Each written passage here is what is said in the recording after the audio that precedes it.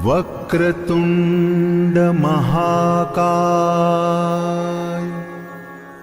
सूर्यकोटि समप्रभ निर्विघ्नं कुरु मे देव सर्वकार्येषु सर्वदा।